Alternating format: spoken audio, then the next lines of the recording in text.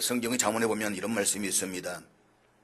근심이 사람의 마음에 있으면 그것으로 번뇌하게 된다. 근심이 사람의 마음에 있으면 그것으로 번뇌하게 된다. 그렇습니다. 사실 우리가 느끼는 행복이나 불행이라고 하는 것은 어떤 외부적인 환경에서 오는 것이 아니라 그것을 인식하고 해석하는 우리의 마음에 달려 있습니다. 따라서 인생의 모든 무거운 짐보따리는 육체적인 것보다는 정신적인 것이 훨씬 더 많습니다. 우리는 종종 무엇 때문에, 누구 때문에 라고 말합니다. 그렇지만 이것은 순 변명이고 거짓말입니다. 실상은 내 마음입니다. 가만히 보십시오. 지금 여러분을 짓누르고 있는 과거의 아픈 기억들, 미래에 대한 불안감들, 현실에 대한 속상한 일들, 사람에 대한 섭섭함들, 이러한 것들은 모두가 내 마음에서 그렇게 반응했던 결과인 것입니다. 그러므로 우리는 이렇게 말할 수가 있습니다. 마음의 태도가 차이점을 만든다. 마음만 바꾸면 천국이다. 그런데 소위 지성인들이라고 자처하는 오늘 현대인들의 문제는 자신이 대응하는 방식에 문제가 있다고 인정하려고 들려하지 않는다는 것입니다. 저 사람이 잘못한 것이지 내가 잘못한 것이 아니라는 것입니다. 환경이 나를 그렇게 만들었지 나는 본래 그런 사람이 아니라는 것입니다. 여자가 운전하면서 거칠게 하니까 내가 화가 나서 망치 들고 가서 뚫게 팼지 나는 원래 착한 사람이라는 것입니다. 그래서 우리 주변에 힘들게 사는 사람들 보면 내가 어떤 일에 대응함에 있어서 그 방식을 건강하게 반응하지 않고 늘 병든 반응, 비판적인 반응을 하고 있다는 사실을 인정하려고 들지 않습니다. 우리 이것을 가리켜서 똥꼬집이라고 말합니다. 똥꼬집이 있으면 나도 힘들고 주변도 힘들어지는 것입니다. 그러면 오늘 여러분의 상한 마음에 성령께서 기름 부어주시기를 축복합니다. 무엇보다도 내 마음이 건강하게 반응할 수 있도록 기도하십시오.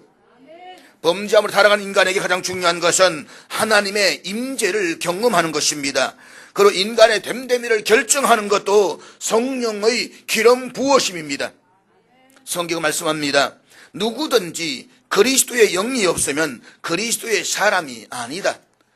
그 심령에 성령이 임하지 않으면 그는 버림받은 존재다, 이 말씀인 것입니다. 성령이 내게 임하셔서 어두운 내 마음에 밝은 빛을 비춰주셔야만 어둠을 물리치고 밝은 빛 가운데로 내가 나올 수 있다는 것입니다. 그러므로 이 아침에 먼저 성령께서 우리의 생각과 마음에 기름 부어주시기를 기도하시기를 바랍니다. 바벨론에서 포로가 된 지 70년 만에 스룹바벨을 비롯한 이스라엘 백성들이 1차로 고국 시온의 땅으로 돌아옵니다. 그리고 58년이 지난 후에 에스라가 이스라엘 백성들을 데리고 고국으로 돌아오려고 합니다. 그런데 그 이전에 그들은 먼저 아하와 강가에서 3일 동안의 시간을 보내면서 레위 자손들을 모집합니다. 이미 스룹바벨에 의해서 예루살렘 성전은 재건되었습니다. 그럼에도 불구하고 에스라가 시온의 땅으로 돌아오고자 했던 이유가 무엇일까요? 에스라는 하나님께서 주신 모세 율법에 익숙한 학자입니다. 그런 바벨론에 있으면서 하나님의 율법을 더 깊이 연구했습니다. 그리고 지금의 이스라엘 백성들이 이렇게 나라가 망하고 환난을 당해야 하는 중요한 이유는 그들이 하나님의 율법을 멀리하고 하나님을 떠났기 때문에 사실을 깨닫게 되는 것입니다. 지금 스룹바벨에 의해서 예루살렘 성전이 지어져 있습니다. 그렇지만 그들은 여전히 율법을 멀리하며 하나님 싫어하시는 삶을 살아가고 있습니다. 과거 자신들의 조상들이 하나님께 범죄함으로 나라가 망했던 그 죄의 모습을 여전히 버리지 못하고 있습니다. 우리 이 사실을 앞으로 점점 그 사실을 확인하게 될 것입니다.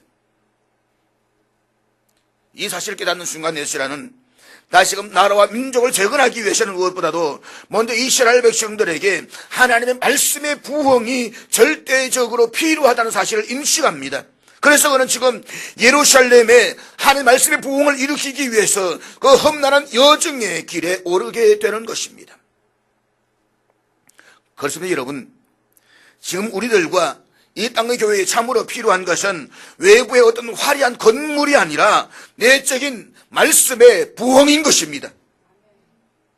우리는 다시 한번 우리와 이 땅에 하나님의 말씀의 권위가 회복되고 그 말씀대로 살고자 하는 부흥 운동이 일어나야만 합니다. 기억하십시오.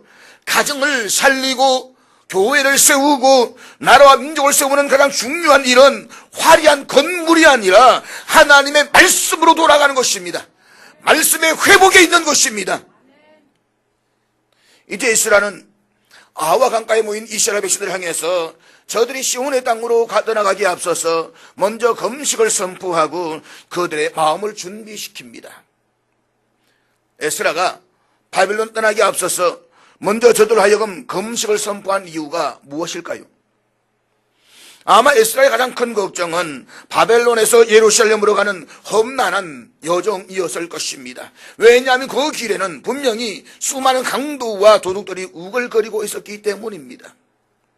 물론 에스라는 아닥사스다 왕에게 예루살렘까지 안전한 여행을 위해서 군대를 붙여달라고 요청할 수도 있었습니다. 그렇지만 에스라는 그렇게 할 수가 없었습니다. 왜냐하면 그가 왕을 만났을 때 하나님께서 자기 백성들을 지켜주시며 보호해 주실 것을 약속받았다라고 말했기 때문인 것입니다. 그래 불구하고 막상 이스라엘 백성들을 이끌고 시온의 땅으로 돌아가려고 했을 때에 현실의 문제는 전혀 외면할 수가 없었다는 것입니다. 그것은 그들이 시온의 땅으로 돌아오는 그 길에서 만나게 될 강도와 원수들이 존재하고 있었기 때문입니다. 그래서 지금 에스라는 시온의 땅으로 출발하기에 앞서서 먼저 금식을 선포하고 있습니다.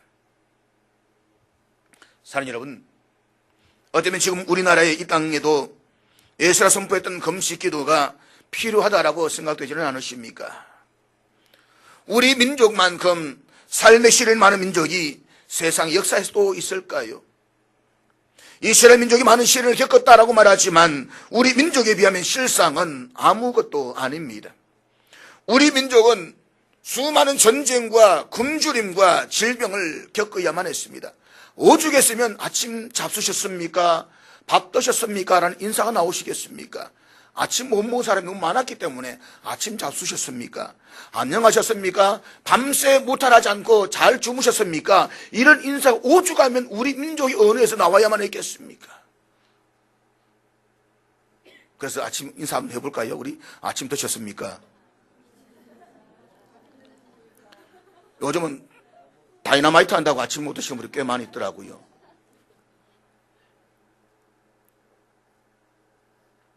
그럼에도 불구하고 우리 백성들은 밟아도 다시 일어나는 잡초와 같이 끈질긴 생명력을 보여줬습니다. 잡초의 특징은 뭐냐? 절대로 거둘 필요가 없습니다. 가만히 놔두면 혼자 잘 자랍니다. 그런데 이것을 지도자들이 다 망쳐놓았다는 것입니다. 역사를 보게 되면 나라를 망치고 혼란에 빠지게 한 것은 민초들인 백성이 아니라 정치 지도자들이었습니다. 임진 외란 때에 나라를 망하게 만들고 전쟁을 준비하지 아니하고 그래서 백성이 완전히 곤욕 속에 빠지게 됐던 것도 백성이 아니라 지도자들이었습니다.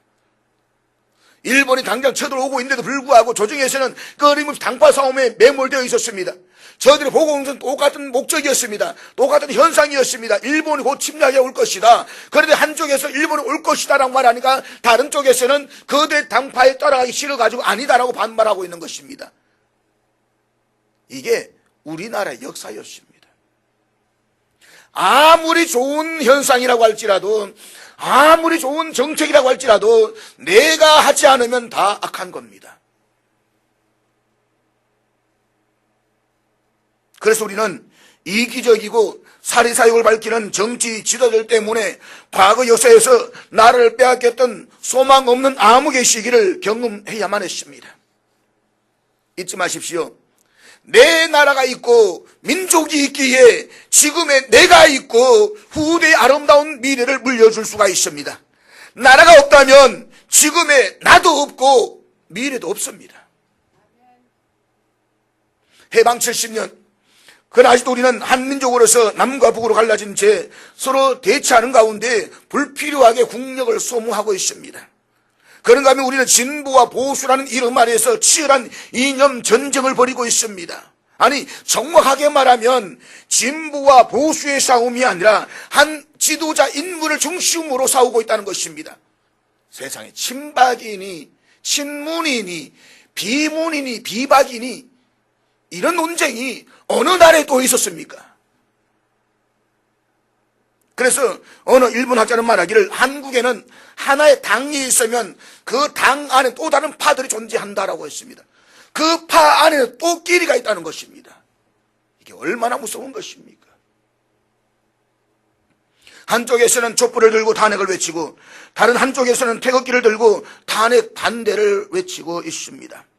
주변 강대국들은 보호무역주의로 회귀하면서 수출의 길은 더욱더 어려워지고 있음에도 불구하고 소위 정치 지도자들은 지금이야말로 자신들이 정권을 잡는 데 절호의 기회라고 생각을 하고 백성들을 선동하고 있습니다. 백성들이 굶어 죽는들 저들이 무슨 까닭이겠습니까?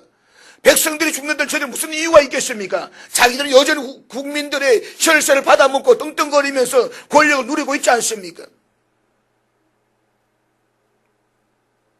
사랑하는 여러분, 오늘의 이와 같은 안타까운 현실을 바라보면서 지금이야말로 금식하며 간구할 때라고 생각해 보지는 않으셨습니까? 정녕 오늘을 살아가는 우리들에게도 이런 금식과 간구가 필요할까요? 오늘 우리 그 대답을 본문에서 찾고자 하는 것입니다. 그렇다면 오늘을 살아가는 우리들에게도 금식과 간구가 필요한 이유는 무엇 때문일까요? 첫째로 우리가 겸비한 삶을 살기 위해서인 것입니다. 본문 21절 말씀 우리 다 같이 읽도록 하겠습니다. 21절 같이 읽습니다. 시작. 여기 보면 에스라가 금식을 선포하면서 중요한 이유를 밝히고 있습니다. 그것은 하나님 앞에서 스스로 겸비하기 위해서였습니다. 메시지 성경에서는 우리 하나님 앞에서 자신을 낮추기 위해서라고 번역하고 있습니다. 다시 말해서 우리 자신을 겸손하게 하기 위해서라고 밝히고 있는 것입니다. 사랑하는 여러분, 하나님이 제일 싫어하는 사람이 있다면 어떤 사람일까요? 그것은 교만한 사람입니다. 베드로전서 5장 5절에서 하나님은 교만한 자를 대적하신다라고 했습니다. 반대로 겸손한 자에게는 은혜를 주신다라고 했습니다. 그런데 중요한 사실은 이것입니다. 누구든지 자신도 모르게 교만해질 수가 있다는 것입니다. 특별히 지금 내 인생이 잘 풀리고 있다고 생각이 되었을 때에, 그리고 내 앞길이 훤하게 열리고 있다고 생각할 때에 우리는 쉽게 교만할 수 있는 유혹을 받습니다. 그런데 교만해지는 그 순간부터 우리는 하나님의 대적이 된다는 사실을 기억하셔야만 합니다. 그래서 우리는 모두가 소위 내가 교만의 자리에 도달했다라고 느껴지는 바로 그 순간부터 우리는 겸손을 연습할 필요가 있습니다. 그래서 우리의 신앙의 선배들은 자기 자신을 낮추고 겸손해지는 중요한 연습의 도구로 금식을 선택한 것입니다. 아드 윌리스라는 사람이 쓴 하나님이 기뻐하시는 금식 기도라고 하는 책이 있습니다. 태연아, 이 책은 사실 1960년도에 나온 책입니다.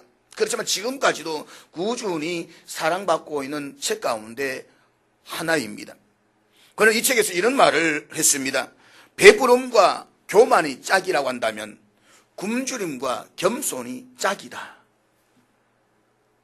그러니까 우리 모두는 배가 부를 때에 교만해진다는 것입니다. 그리고 이만하면 내 인생은 행복하지라고 생각할 때에 교만해질 수가 있다는 것입니다. 부지런히 가난하게 살아왔습니다. 힘들게 살아왔습니다. 어느 순간 내가 좀 여유가 생겼습니다. 그럴 때 우리는 이미 교만해지기 시작한다는 것입니다. 내가 올챙이였던 시절을 잊어버리고 말입니다. 그러나 굶주릴 때 우리는 생존을 위해서 하나님의 도움을 구할 수밖에 없습니다. 하나님 복을 주시옵소서, 우리 가정을 세워주시옵소서, 내 민족을 세워주시옵소서, 밤낮으로 기도할 수밖에 없다는 것입니다. 그것이 우리나라가 보여준 역사였지 않습니까? 지질이 가난했을 때에 못 먹고 못 살았을 때 우리의 부모님들은 밤이 되면 교회로 찾아왔습니다. 시간만 되면 굴 속으로 들어갔습니다. 산 속으로 들어갔습니다. 그리고 기도했습니다.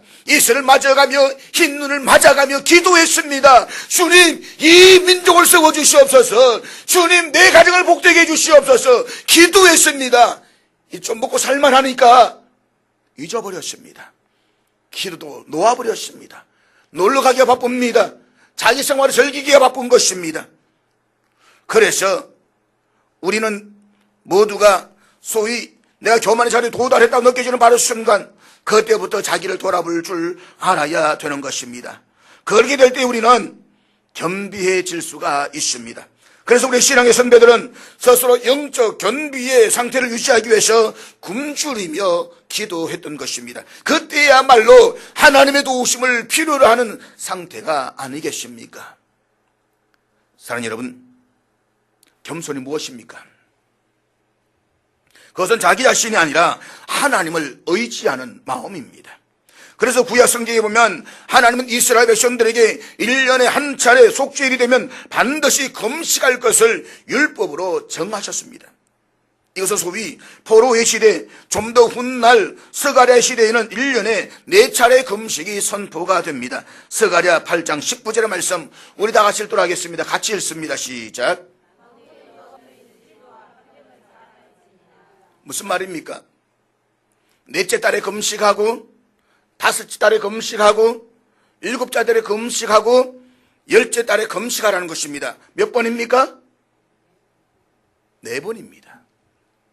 적어도 1년에 4번씩은 반드시 금식해야 한다는 것입니다. 그리고 그 금식은 결코 괴로움의 절기가 아니라는 것입니다. 오히려 그것은 기쁨과 즐거움과 희락의 절기가 될 것이라고 말씀을 하고 있습니다. 금식을 통해서 제대로 훈련을 받고 하나님을 의지하는 사람들, 그들의 인생은 기쁨과 희락의 인생이 될 것이라고 선포하고 있습니다. 사실 금식을 한다는 것은 괴로운 것입니다. 저도 개척했을 때에 울산시에 처음에 개척해가지고 2주 만에 문을 닫고 다시 개척을 장소를 찾을 때에 얼마나 많이 금식했는지 모릅니다. 내가 금식하겠다는 거 아니고 새벽에 나와서 앉아서 기도하다 보면 마음에 금식해야지 라는 금식의 기도가 선포가 됩니다. 그러면 3일을 금식을 합니다. 그런데 여러분 그 3일 금식할 때 그때는 왜 그래 맛있는 게 많이 옵니까? 아는 사람 피자를 보내오기도 하고 통닭도 보내오기도 하는데 금식을 선포해 놓으니까 먹을 수가 있습니까? 못 먹잖아요. 그리고 그 음식이 다 끝나면 먹을 게 하나도 안 와요. 한때는 생각했습니다. 아, 내가 애들 잘 먹이기 위해서 금식할 필요가 있겠구나. 그러다 또 금식하면 또 피자가 들어오고 통닭이 들어와요. 여러분, 안 먹는다는 것이 얼마나 괴로운 것입니까? 그러나 이것을 잘 통과한 사람들에게는 말할 수 없는 기쁨과 즐거움의 영적인 유익을 경험할 수가 있습니다. 그래서 예수님께서도 마태복음 6장의 산상수훈에서 너희가 금식할 때에 외식하는 자들과 같이 슬픈 기색을 보이지 말라라고 했습니다. 그러니까 금식한다라고 해서 우거지상을 하고 내가 금식을 하고 있다고 간접적으로 사람들에게 알리지 말라는 것입니다. 이어지는 말씀 보면 오히려 머리에 기름을 바르고 얼굴을 씻으라는 것입니다. 한마디로 말해서 즐겁고 기쁜 마음으로 금식을 하라는 것입니다. 왜냐하면 이 금식은 나에게 영적인 유익을 주는 크나큰 일이기 때문인 것입니다. 그래서 기쁨으로 금식을 할 수가 있어야 한다는 것입니다. 여기 산상수훈에서 예수님께서 금식에 대한 경고를 가르치시면서 너희가 만일 금식한다면 이라는 단어를 사용하지 않다는 것을 기억하시기를 바랍니다.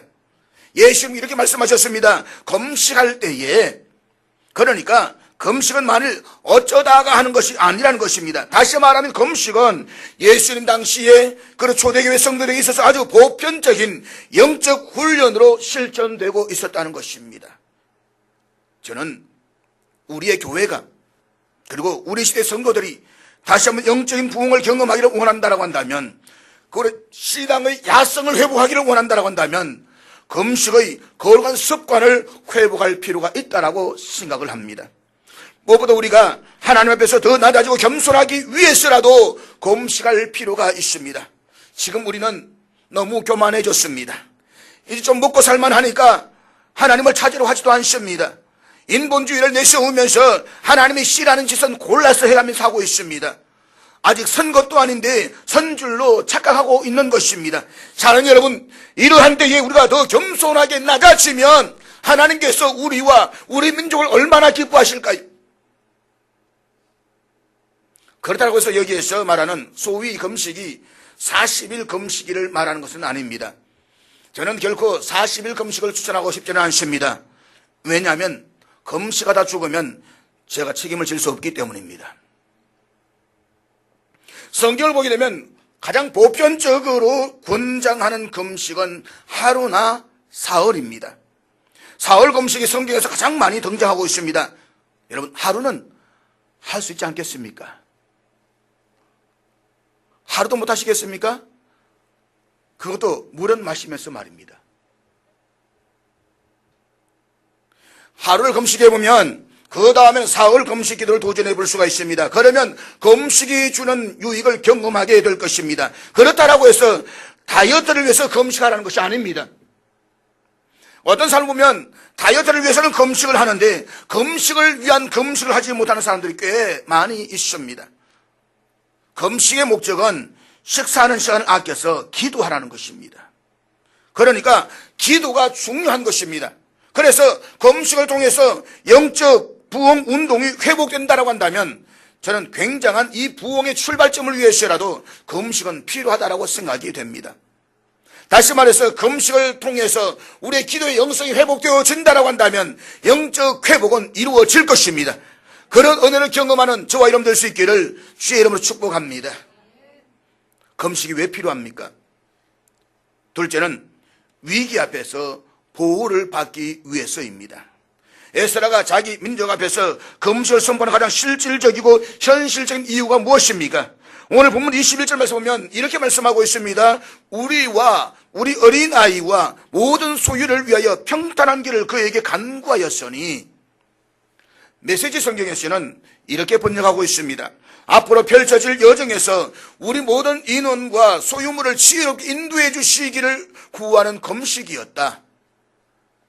다시 말하면 지금부터 우리가 시온을 향해서 험난한 여정을 떠나게 될 것인데 우리들 가운데에는 부녀자들도 있고 노약자들도 있고 특별히 어린 아이들이 있다는 것입니다. 그들을 데리고 험난한 길을 떠나가야만 합니다. 그리고 그들이 가지고 있는 모든 소유와 재산들, 거기에다가 바벨론에서 왕의 허락을 받고 성전을 위해서 가지고 가야 할 거룩한 기구들이 있습니다. 그 모든 것들을 안전하게 데리고 가야만 합니다.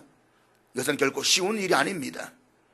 그렇기 때문에 이들을 데리고 시온의 땅으로 돌아가야만 했던 에스라로서는 얼마나 걱정이 많았겠습니까? 무사하게 제대로 그 길을 갈 수가 있을까? 적어도 그 당시 바벨론에서 이스라엘까지 가기 위해서는 최소한 4개월이 소요되었습니다. 빨라도 3개월이었습니다. 이스라엘 백성들은 석 달 반이 걸렸다라고 했습니다. 그런데 그 길을 가는 도중에 만약 약탈자의 공격이 따라온다면 어떻게 될까요? 혹여 그들 가운데서 전염병이라 돌게 된다면 어떻게 될까요? 우리가 이 사실을 경험했지 않습니까? 2년 전 2015년에 메르스가 왔다고 하니까 우리 교회들마다 교회 나오지 않는 사람이 얼마나 많이 있었습니까? 교회 가면 메르스 걸린다고. 그래서 주일 예배도 닫아야 되지 않느냐, 그런 이야기까지 회자되었지 않습니까? 그런데 이 사람들을 데리고 예루살렘까지 가야 한다는 사실을 한번 상상해 보십시오. 결코 쉬운 일이 아닙니다. 만약에 중간에서 그러한 사고라도 일어나게 된다고 한다면 시온의 땅을 향한 귀환의 모든 노력은 물거품이 될 수밖에 없을 것입니다. 그러므로 그들이 어찌 기도하지 않을 수가 있겠습니까? 그런데 이것이 그저 보통 기도로 되겠습니까? 간구하지 않을 수가 없었을 것입니다. 그러나 그냥 간구 정도로 가능하겠습니까? 그것이 바로 에스라가 금식하며 기도할 것을 선포한 가장 중요한 이유라는 것입니다. 그리고 오늘 본문 22절에서 보면 에스라가 금식을 선포하면서 모여있는 백성들을 향해서 아주 흥미로운 고백을 하고 있음을 보게 됩니다. 본문 22절 말씀 우리 같이 읽도록 하겠습니다. 다 같이 읽습니다. 시작. 사랑하는 여러분, 에스라는 바벨론을 무너뜨리고 새로운 제국을 탄생시켰던 페르시아의 아닥사스다 왕의 특별한 신임을 얻고 있었습니다.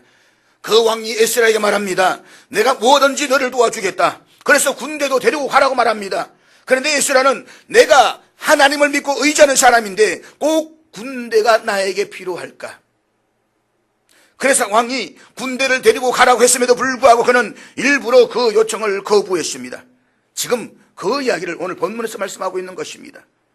왕에게 구하기를 부끄러워했다는 말이 내가 하나님 믿는다라고 선포하는 사람인데 꼭 인간 군대의 도움이 필요한 것인가라는 생각 때문에 그런 군대의 보호를 요청하지 않았다는 것입니다. 그리고 이제 와서 자신들을 보호해 줄 군대를 요청하는 것은 부끄러운 행동이었다는 것입니다. 이것은 거의 같은 시대에 동일하게 귀환했던 지도들 가운데 느헤미야가 선택했던 국가는 아주 대비가 되고 있습니다. 느헤미야는 예루살렘의 성벽을 쌓기 위해서 시온의 땅으로 돌아오면서 군대와 함께 돌아옵니다. 그것이 에스라와 전혀 달랐습니다. 느헤미야 2장 9절의 말씀 우리 다 같이 읽도록 하겠습니다. 2장 9절 같이 읽습니다. 시작. 자, 느헤미야는 군대를 데리고 갔습니다. 그러나 에스라는 군대를 거절했습니다. 지금 에스라는 철저하게 배수진을 치고 있는 것입니다. 그리고 어떤 의미는 더 철저하게 하나님을 신뢰했습니다. 그런 의미에서는 에스라가 느헤미야보다 믿음이 한 단계 더 낫다라고 생각을 합니다. 그래서 나중에 느헤미야서 읽어보게 되면 이스라엘 땅에서 거대한 영적 부흥 운동이 일어납니다. 그것은 바로 에스라 때문이었습니다. 에스라가 하나님의 말씀을 전할 때에 영적 부흥 운동이라는 것을 볼 수가 있는 것입니다. 지금 에스라의 입장에서는 군대의 보호도 없고 오직 하나님만을 신뢰합니다. 그러니까 더더욱 기도할 수밖에 없었다는 것입니다. 그것이 바로 에스라가 금식을 선포했던 중요한 이유였습니다. 역사 속에서 중보 기도에 가장 큰 영향력을 미쳤던 사람들 가운데 리저 하월저라는 사람이 있습니다.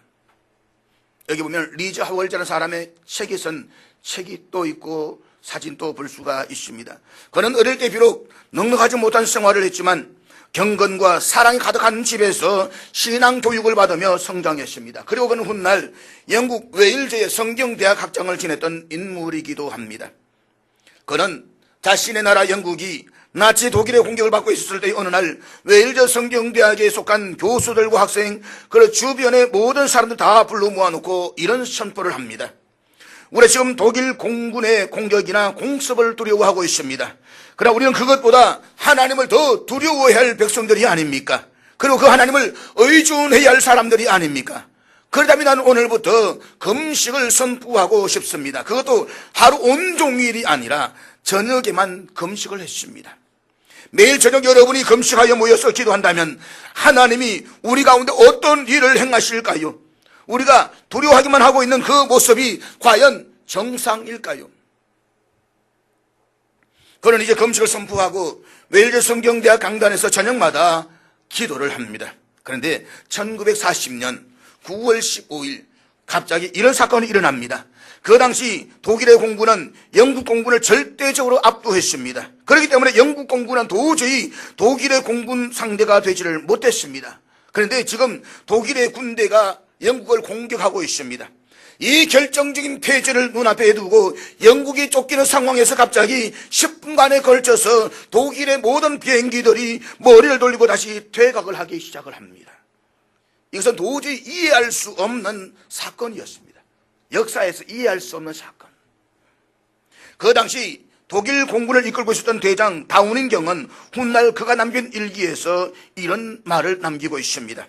이것은 정말 이해할 수 없는 일이다. 하나님의 개입이 없었다면 이것은 설명할 수도 이해할 수도 없는 사건이다. 그들이 승리를 눈앞에 두고 갑자기 퇴각을 해버린다. 그리고 그것은 정녕 이 나라를 위해서 기도를 한 사람들의 기도의 응답이었다라고 말할 수밖에 없다. 그때 우리들의 기도, 그것은 바로 역사를 바꾸는 기도였다. 사랑하는 여러분, 그런 기도가 지금 우리에게도 필요하지 않겠습니까? 오늘 우리의 인생 위기 앞에 서 계신 분들이 계십니까? 가정적인 위기 앞에 직면해 계시지는 않습니까? 혹은 경제적인 위기 앞에 서 있지는 않습니까?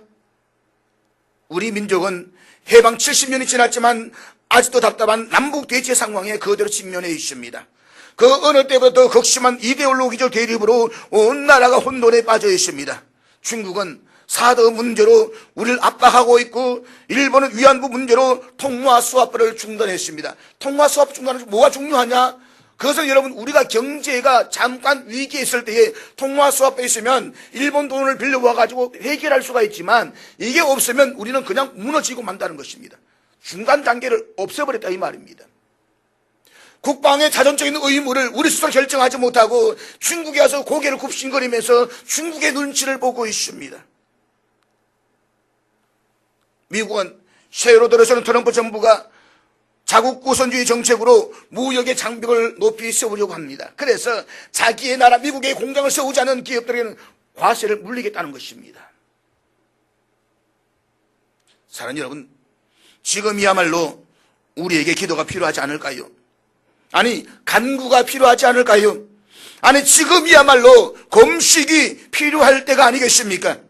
이것이 바로 우리가 금식하면서 기도해야 할 중요한 이유인 것입니다. 바로 이 위기 앞에 새로운 탈출구를 열고 전능하신 하나님의 보호를 받기 위해서 말입니다. 우리의 금식이 필요한 또 하나의 중요한 이유가 있습니다. 세 번째, 그것은 공동체의 복된 내일을 위한 것입니다. 마지막으로 에스라가 이렇게 금식을 선포하며 강구했던 또 하나의 중요한 이유가 있다고 한다면 그것은 자신을 위해서가 아닙니다. 그것은 우리라는 공동체를 위한 것이었습니다. 오늘 본문을 조심스럽게 읽어보면 본문에서 반복되는 중요한 단어가 바로 우리라고 하는 것을 알 수가 있습니다. 21절에 보면 우리와 우리 어린아이를 위하여, 22절에 우리가 전에 우리 하나님의 손은 우리를 도울 보병과 마병, 23절에 보면 그러므로 우리가 이를 위하여 금식하여 우리 하나님께. 사랑하는 여러분, 여기 에스라가 금식일을 선포한 동기는 단순히 개인의 샷사로운 편리와 이익을 위해서가 아니라는 사실을 기억하시기를 바랍니다. 그는 지금 우리를 위해, 우리의 민족 공동체를 위해 기도하고 있습니다. 여러분, 이것이 바로 우리 주님께서 훗날 주기도문을 가르친 동일한 이유라는 사실을 기억하십니까? 주기도문이 어떻게 시작되고 있습니까? 하늘에 계신 우리 아버지, 오늘날 우리에게 일용할 양식을 주시고, 그러니까 나에게만이 아닙니다. 우리에게, 나만 잘 먹고 잘 살기 위한 것이 아닙니다. 우리가 함께 일용할 양식을 먹도록, 우리가 함께 잘 살고, 우리가 함께 시련을 극복하고, 우리가 함께 승리하고. 기억하십시오. 이 주기도문은 단순히 나를 위한 주기도문이 아니라 우리의 공동체를 위한 주기도문의 사실을 결코 잊지 말아야만 합니다. 그래서 성경은 우리가 기도할 때에 자신의 욕심을 내려놓고 그의 나라와 의를 위한, 공동체를 위한 기도를 드릴 수 있어야 한다라고 가르치고 있습니다. 그렇다면 이러한 에스라의 기도가 어떻게 응답되었는가를 본문 23절 한번 볼 수 있기를 바랍니다. 본문 23절 우리 같이 읽겠습니다. 저는 에스라가 응답받았던 동일한 축복이 신년의 아침에 저와 여러분의 인하게 되기를 주의 이름으로 축복합니다. 그렇다고 금식 기도는 마치 마술처럼 오해를 해서는 안 됩니다. 금식 기도만 하면 모든 문제가 해결되고 만사형통된다라고 생각하는 사람들이 있습니다. 그러나 그것은 틀렸습니다. 금식을 해도 응답되지 않을 수도 있습니다. 그래서 성경은 금식을 가르칠 때마다 하나님이 기뻐하시는 금식과 하나님이 결코 기뻐할 수 없는 금식을 구별하고 있습니다. 이사야 58장 3절 말씀 우리 같이 읽도록 하겠습니다. 같이 읽습니다. 여기 보면 금식을 하면서 오락이나 하고, 그것은 진지하지 못하다는 말입니다. 그것은 진짜 금식이 아닙니다. 아니, 금식일는지는 모르겠지만 그것은 기도가 아니라는 것입니다. 우리의 진지성이 보이지를 않습니다. 그래서 진정한 금식은 음식의 절제뿐만 아니라 삶의 모든 영역에서 절제를 통한 진지한 간구가 될 수 있어야만 합니다. 그런 금식이 하나님이 기뻐하시는 금식입니다. 그래서 계속 이어지는 이사야 58장 6절 말씀 우리 같이 돌아가겠습니다. 같이 읽습니다. 시작.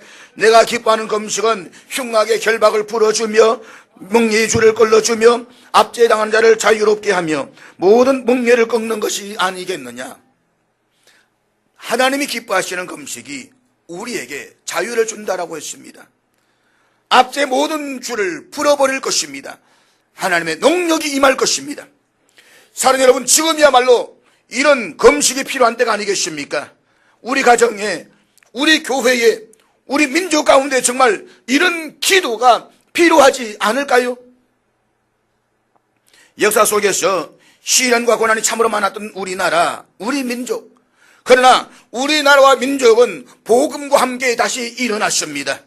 지지리도 하나고 못 살았던 우리나라가 복음을 받아들임으로 말미암아서 오늘처럼 잘 먹고 잘 사는 나라가 되었습니다. 이것은 역사를 거부할 수 없는 분명한 사실인 것입니다.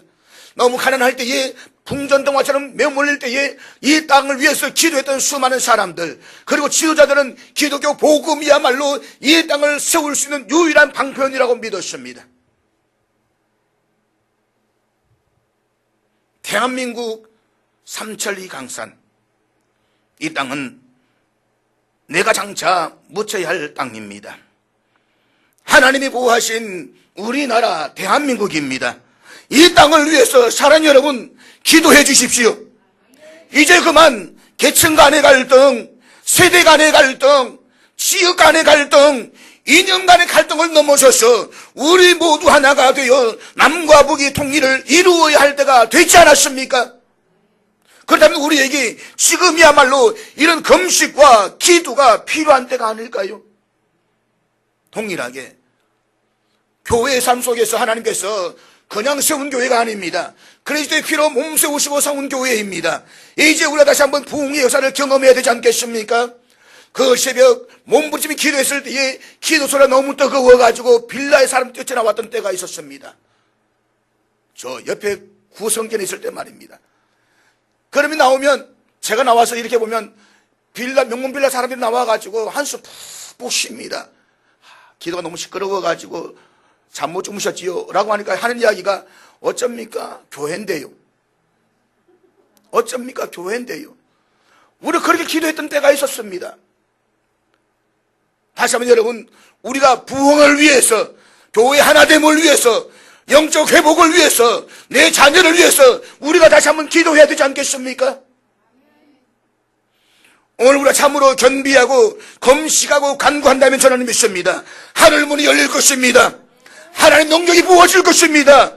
새로운 날이 밝아올 것입니다. 새 역사가 시작될 것입니다. 이 은혜를 경험하시는 저와 여러분 되시기를 주의 이름으로 축복합니다.